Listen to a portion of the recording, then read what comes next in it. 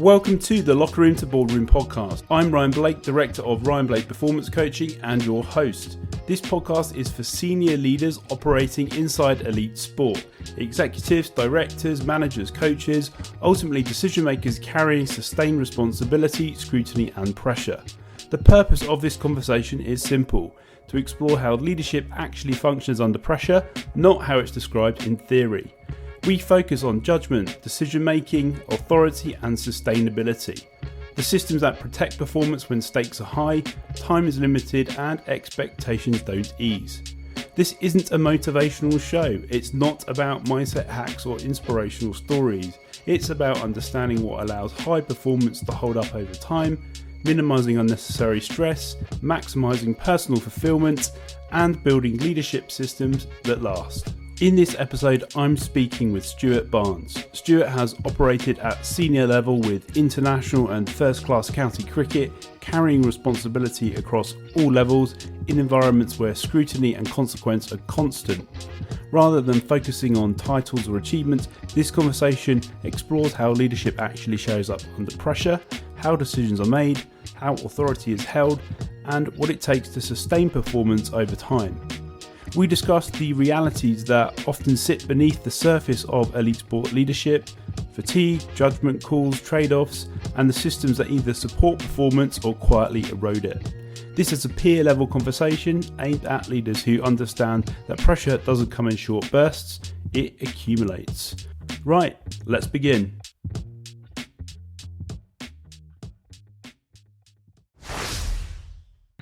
Stuart, welcome to the show. It's a pleasure to have you on. Please, can you start by just giving a personal and a professional introduction to the listeners? Stuart Barnes, 55 years old, 55 years young, ex-professional cricket player, but only for 2 years. I've been a cricket coach, bowling coach specifically, for over 20 years. Started off in primary schools, international cricket as well, and everything in between. Always looking to learn, grow, improve myself, and there's some learnings along the way that I've certainly experienced on that journey. Married for the second time, 4 children. My eldest is 31 and my youngest is 3. So there's a bit of experience in there, but there's a number of things I may have done differently for sure, but we can't do anything about that, and I'm looking forward to the future. Fantastic. Thanks for that. It's always nice for the guests to know a little bit more about who they're listening to. So I just wanted to start jumping right in. For context, what level of responsibility were you carrying in your most senior role, like specifically in terms of people performance and scrutiny? Well, in terms of title, it was acting head coach or interim head coach of a professional cricket team, or 2 actually, Gloucestershire and Surrey. So that's the title. But I think ultimately, what are you doing? You're managing and leading people. And I believe that there is a difference between the two. If I were honest, I was probably not ready for that position. And so I chose often to manage and took on a lot of other people's responsibilities as well. Given that same situation again, I would undoubtedly choose a slightly different style that was less draining on me physically and mentally, and choose to kind of empower people a little bit more and encourage them to take on their own kind of leadership with me, with them feeding back into me. But that's the context. One was a whole cricket season, and the other one was very much a kind of an interim, and I knew that. But inside, I may have seen that as a bit of an opportunity. If we do well here, then you never know. It might be something that they look at me to do. But that was a mistake because I was not authentically me. I became somebody different as a personality.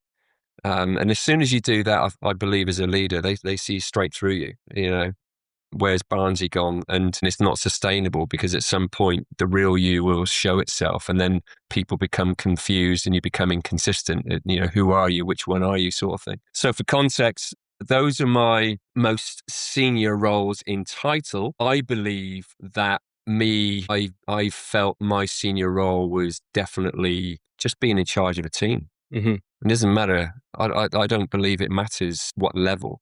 I am now kind of leading a bunch of adolescent cricketers at the start of their own cricket journey. And that, for me now, is as important as when I was fast bowling coach of the England under-9 team leading into a World Cup final. So me personally, I feel that as soon as I am given some people that I am helping to kind of show them what they are capable of. It doesn't matter about titles, doesn't matter about ages or abilities or anything like that. I believe me, my authentic self being a leader, I'm just using all of my experience of what I've learned to find out, okay, where are they now? Where do they want to go? Where do I believe that they could go? And then piece together what might be missing. That's what I honestly believe now. Fantastic. Thanks for sharing that. So it's a really good opener and insight to where this conversation is going to go. So just moving on to kind of leadership specifically in reality, when pressure is at its highest or was at its highest, what does leadership actually require from you day to day? Without a doubt, I believe that it's consistency. It's somebody that is in front of me that feels safe, secure. And whether I choose high challenge or low challenge, or high support or low support, that consistency is reassuring to them that I am asking them to do something in their best interests. I've worked alongside a number of inconsistent people. And it's really hard work. You never know which person is going to show up. Are they quiet? And if they are quiet, what's the reason for that? When normally they come in with lots of energy and are quite loud. So without a doubt, being consistent in your behaviors and therefore showing your authentic self is, for me anyway, and we're all different. We're all looking for slightly different things based on us as personality in our own leaders. But the leaders that I really felt comfortable with, respectful of, they are absolutely the most consistent in their own behaviors, their language, just the way they go about themselves, their presence, how they enter a room. And it's the people that I have personally struggled with and have also heard that other people struggle with are the inconsistent ones. And I look back on my own journey. And those two examples that I gave earlier on, the interim head coaches, it's no wonder they didn't work out, because my inconsistency was never going to work. When you talk about high performance with the pressure of having to perform, and it's not always going to happen, you're not always going to win, but they needed to know that actually I had their backs. And regardless of how I chose to review a performance or ask their opinion on something, they needed that consistency, that real flow of habits, behaviors underneath, and they needed to know I had their backs. And on reflection, I didn't always have that. But what I have learned is the people that I have worked alongside, and when I believe I have been at my best and received that feedback from them, they know me as a person. They know who I am, what I'm about, and also where we're going. So you kind of settle that up, really. So consistency under pressure is undoubtedly what I place the highest value of. Do you think what you alluded to previously about being your true self or being honest to yourself and consistency are linked? Yeah, because if I think it comes from security. Are you secure in yourself? If you are insecure about who you are, your identity, how much worth do you place upon yourself? It becomes very difficult to show people who you really are consistently. And so I think it's really important that leaders that have an influence on anybody that they are surrounded by, they embrace a journey of finding out who the hell they are. What do they hold valuable? What are they, what are their non-negotiables, if any? Have they worked it out yet? And if they haven't worked out who they really are, then that's something they need to go through, I believe, in order to understand how best to lead themselves, their authentic selves. So I hope that answers your question. Yeah, absolutely does. And I believe that they are completely interlinked. Yeah. I didn't realize this until I'd made enough mistakes to work it out. But a lot of people I speak to and a lot of people I work with, it's a consistent pattern. And it's almost when they stop, it's almost like there's a kind of an energy mismatch. You're trying so hard to be someone that you're not, maybe for the right reasons, but then that energy you could use to put into something else is missing. Yeah. So there's always a cost. When you've got a team of people with different personalities, with different stuff going on in their own lives, there has to be an element of knowing your people and knowing how to get the best out of them, how to motivate them, how to give them a feeling of value, that they have a voice. At the same time, when you have a team of people, knowing that they are all different, you also need to find out what the common thread is that brings that whole team together. You know, what is the one thing? You're all different here, but what is the one thing? Why are we here? What are we looking to achieve? How are we going to operate as a team? That's the exciting thing for me. It's a bit of a jigsaw puzzle, and there's a process to go through in order to piece that jigsaw puzzle together. So once you got all the individual personalities, and knowing, you know, what's the one thing that person needs from me, you also have to have one eye on this is us as a team and knowing how that operates as well. Yeah, absolutely. That's a really good segue to this next thing I wanted to speak to you about, specifically about authority. What's the best example you've seen of someone holding authority, specifically when they're under sustained pressure? And what was it that they did differently? I've managed to work alongside a number of people that I place a high regard and respect on. John Bracewell being one of them. John was, you would have heard me talk about him before. John had a massive influence on me at the start of my coaching career. Now, when you're in a leadership position, if people are motivated, you're a target for their own ego, for whatever reason, they want your position, blah, blah, blah. And John had success with the team. It took him, actually very little time, 1, 2, 3 years in order to form a team together that they all knew where they were going, how they operated together. And they had success. And when you have success, you kind of, people want a piece of that as well for their own benefit, not necessarily for the team.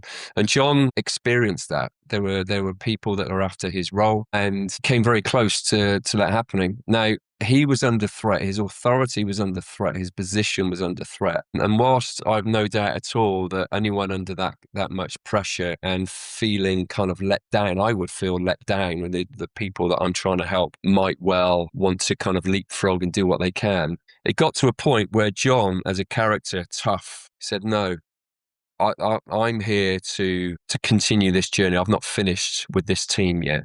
And some people are going to go, some people are going to come in. What we're about as a core identity is not a finished journey yet. And so it got to a point where he said, no, enough is enough. And he fought back through language, behaviors, reminders, called people together, discussions, and ultimately got people back on track. Mm-hmm. And like I say, some people question and threaten authority, and people have left that ship, and they left the ship at the time. And other people see that and inspired by that, I'm going with it. Mm-hmm. And it wasn't shouting from the rooftops. It wasn't looking for fights. It wasn't anything other than a few reminders about this is who we are. This is where we come from. These are the people that have come before. This is us now. We're not finished yet. This is where we're going. And it was just those reminders. And ultimately, that is one of the best examples that I can give where John's authority was threatened. And it was turbulent. It really was. It was turbulent time. But ultimately, it got to a point where I think John and a few other of his leadership team just reminded each other, no, this is not right. And so they put together a strategy to overcome it, and it came out the other side and won more trophies. So that's a good example for me, really. When it has a happy ending, it's always a great story. But as you know, it not often does. Sometimes it can have the opposite effect, and the outcome is negative. So in terms of failure, particularly like the cost of failure, and we've seen it so much in the last couple of weeks in the Premier League and in the NFL with their head coaches and their managers. What does poor leadership actually cost in elite sport, and specifically that outsiders don't see? Well, what we do see is performance dips, all right? But I honestly think that the stuff that people don't always see and maybe don't even kind of think about is the relationships that are broken. Can be the doubt, like the doubt about themselves as personalities and things. And it's really quite interesting. Football's a fascinating industry at the moment, isn't it? Because your shelf life actually is so different now, so short now than it was before. So what does success look like? Well, If you don't even know what personality of a football manager needs to be now with owners that are expecting instant success, because that hardly ever happens anyway. But the cost of failure is obviously sacking. But I think as a personality and reputational, we often don't even think about that. And some people just disappear. The cost of losing a job is often not just the millions that you get given in compensation, but is often losing your identity, what you believe in. And I think as a personality, what are your beliefs anyway about, if I were in that position, this is how I would run it. That's all based on what you've learned before. Your own personal coaches and mentors, what you've seen work, what you've seen doesn't work. And you mentioned it earlier on, the importance of failing. You try stuff, does that work? And if it doesn't, then you kind of tweak that, and this is what you're about. But the cost of failure isn't, it's an emotional cost. It's not just a title cost. We all see, money that's around. That cannot replace any self-doubt that might creep in. And I think that those relationships that you have built, that you have to build in a team, and you really find out who your friends are. And so from that point of view, that's a positive, the people that care about you. But it's the relationships, it's the behavioural, your language, and the language you say to yourself, I think is so important. And that's often what we don't even think about really with the cost of failure. Absolutely. It's a fascinating topic, and we could do a whole episode on this, particularly on failure. I know we've discussed this a lot between us in the past. Yeah. So I'd just like to move on to decision quality, and you can frame this, answer this from past experiences or present experiences. But how do you personally protect decision quality specifically when fatigue, like scrutiny, emotion, all those things are present, and the heat of the moment is Yeah. Well, in a cricket season, this happens quite a lot, because the cricket season these days is hectic as hell. To give an example, we could have a road trip, T20, and get back home at 2, 3 a.m. and then we've got another game that same evening. And so, sleep isn't protected. And as soon as you start impacting on your sleep recovery, fatigue is always there. And you can try and ignore that feeling of, that cloudiness, and when you have to make selection decisions as much as you can. But you're not as sharp, fact. You think you are, but you're not. And you only know that when you reflect. So the only way that I have in the past protected good decisions, you don't actually know if they're good decisions. You have to make a decision. But you can only do the best you can with what you've got in that moment in time. And so when you're fatigued, tired, a little bit cloudy, I tend to lean into a couple of things. One is take some time out and go for a walk. And if I can create the time, I get out for 10 minutes just to walk amongst nature, listen to the birds, take my attention somewhere else. And then once I've kind of that works for me. It might just be out in the garden. That works for me. Once I've kind of injected a little bit of energy just by taking myself out of that situation, I feel that I've got a little bit more clarity and I'm a little bit more sharpness. And that is just my style. And pressure for me, what that feels like is kind of internally my world speeding up. I feel pressure to make a decision. And in the past, I've made decisions that turn out to be poor decisions, whether that's selection or whether that's a message I give to a player that's more emotional because I'm tired, blah, blah, blah. But just taking that time out is something I've had to learn through broken relationships. And in a coaching world, as soon as you've lost a relationship with a player, it's difficult to get that back. The other thing that I have used in the past to protect that decision making is to consult. Who are my closest, most trustworthy advisors that I can either pick up the phone and just run something by them I've seen this. I'm thinking about doing this, thinking about saying it in this way. This is the person. What do you think? And I think that it's quite a nice option to have. And Ryan, the best leaders I've ever worked with alongside, they've always had a go-to person, whether that's their own personal coach, a close friend, and sometimes it's a partner with that they've got no emotional attachment, no context or anything like that. This is a situation and they just give their opinion through a clean pair of eyes with no other context. But I do think that those two things, particularly don't rush into anything when the world speeds up, when you feel pressured to make a decision. Sometimes that is the right way to do it, trusting your instinct, but sometimes something just nags away. Okay, I might end up at that decision, just take 2 or 3 minutes. And then the other one is,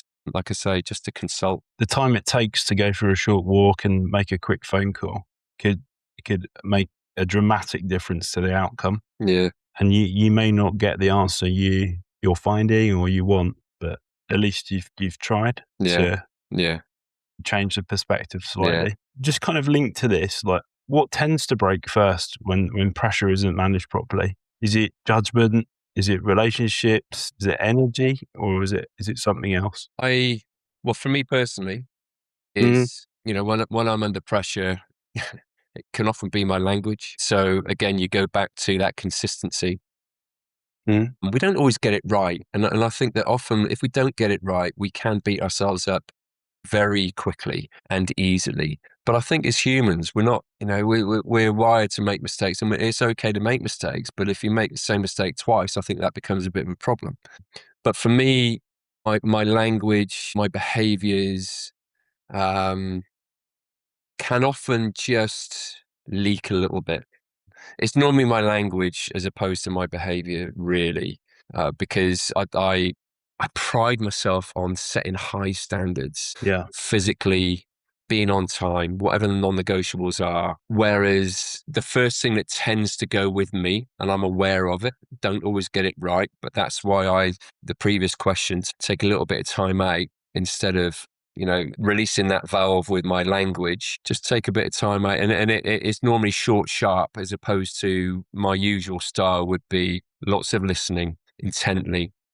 And for me to listen and remind myself how to listen, I make conscious effort to listen to the gaps between the words. Then I know that I'm really in the conversation. Whereas, like I say, if something triggers me, I can sometimes, that's me. But that's what you learn as a leader. What are my triggers? And if I know what my triggers are, I can actually become aware of it and create some sort of anchor myself to prevent making those same mistakes again. But I think that language leaks, inconsistencies, and all of that, bear in mind what I said before, I think that great leaders are very consistent in their style. And if those inconsistencies can break and give people opportunities to not be led by you anymore. Absolutely. You may have seen me slightly smile then when you mentioned listening. I mean, as you know, I've worked in many different types of high performance environments, and the best leaders I've been around are the ones that say the least. Not because they don't have anything to say or offer, but it's because they're actively listening more. And that dynamic silence, even if it's just for a few seconds longer than it should be when you're speaking to somebody, can volunteer and free up so much useful information that the person wasn't initially going to give you. And your ability to listen is so difficult when you're under pressure because you feel like you're rushed to respond, but it's key. Fantastic stuff. Let's just explore some things in terms of sustainability. So specifically systems. So what systems or kind of boundaries for you have become non-negotiable now if performance is going to be sustainable? Well, the thing within cricket is quite interesting. The thing that I think is lacking the most can be the trust element. And what do I mean by trust? Well, I don't just mean I rely on you to do your job, because that doesn't always happen anyway. People make mistakes, they make poor decisions on the field because of pressure or whatever. But by trust, I mean, how can you develop trust? Well, it takes a lot of work. Trust, I mean, Ryan, I'm going to give you some feedback and you're going to receive it in such a way that you don't take personal offense to it. You don't get defensive, but it allows, I trust you, Stuart, to say what you want, the way you want to say it, in order to give me a message. And we know that feedback is a gift. I haven't worked with too many professional cricket teams where that level of trust is in place. So how does that show itself? Well, match reviews is an absolute classic. I've worked with some head coaches that choose not to have a review straight after the game. I'm not sure that's always the correct. I get it, because if it's a poor performance, then emotions can run quite high and people can say things that they don't mean to say or how to say it and stuff. But actually, I think that that's okay. I think a little bit of conflict is actually quite a good thing when you're reviewing, and it only becomes conflict if people do not receive it as feedback. So for me, trust and that whole review process is something that often isn't in place. If you think back to the All Blacks and the way that they review, and this is very much linked to that trust element, they review every match. And often the review is led by players that are on the bench, not by the coaches. And I think that's a really brilliant way. So anything from your peers, as opposed to somebody that they might put on a pedestal, I think is more powerful. And it certainly gets rid of any hierarchy. So the coaching staff and the players just become one, because the review, everybody has a voice. It doesn't matter whether you're senior or junior. We trust everybody's opinion and we value everybody's opinion. Trust for me is one of those things. It does take a little bit of time for players to understand, because they're all there for different reasons. They all get out of bed and they're all motivated by different reasons. But if you get that system in place, I think that trust is such true trust is such undervalued, and it can be such a powerful thing. Often doesn't show itself in terms of performances for a while, but it just slowly builds like underneath. And that's where you need a little bit of patience and perseverance with those systems as well. That's what I think. Yeah. Trust is so powerful. And once key people within a team or organization have that trust, other people see it, and it tends to, I find, ripple. And when it's not there, it's very clear. Yeah. It's a fascinating topic. Just to kind of reflect on our conversation and kind of close up. I needed a go-to person. When you're a leader, it can often feel quite lonely, because people can often give you a bunch of problems. And if you don't have the systems in place to lean on somebody else and empower them to find solutions to problems the team might have, or individuals, I was trying to solve everybody's problems, because I felt wrongly that was what leaders do. So undoubtedly, what would I have in place? I'd have somebody that I could turn to help me grow as a leader, to understand what leadership is. And it's certainly not to answer or come up with everyone else's problems. It is to work out as a group, this is how we can overcome this problem. So, but having somebody to bounce ideas off, that they can check and challenge me, that is definitely something I will have in place moving forwards, but I didn't always have in the past. And that definitely affected me as a person and my decision making, for sure. Was there a trade-off there that you had to eventually accept? The trade-off was that realization that actually I can't do this alone. Right. And I think that great leaders understand that. Yeah. What is a leader? Well, it's helping other people grow. It's helping other people become leaders themselves as well. It's not answering everything that comes your way. So the trade-off was questioning myself, when actually that wasn't the case at all. Respecting that people come to you, but understanding that you ain't going to have all the answers. I love what you said earlier on about, really good leaders often don't say a lot. They're surrounded by people that can answer those questions themselves. But so the trade-off was questioning me, insecurity, can I do this? But having that go-to person to help me navigate through that would have helped at the time, and I definitely have in place now. Brilliant. What a great way to wrap up, Stuart. I really appreciate your time. It's always good to catch up with you.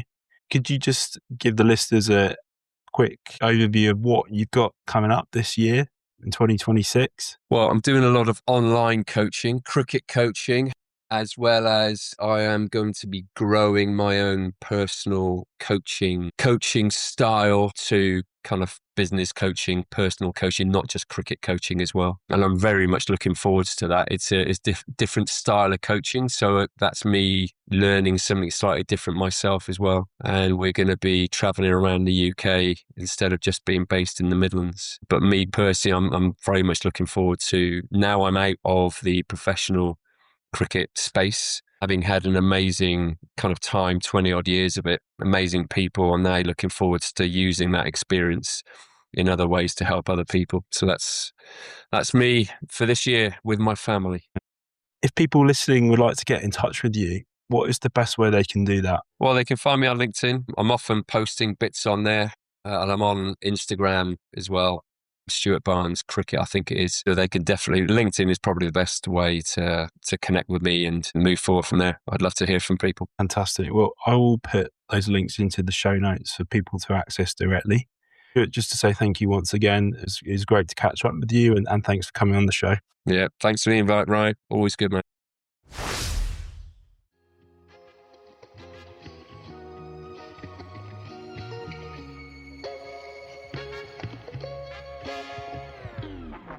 Thanks for listening to the episode.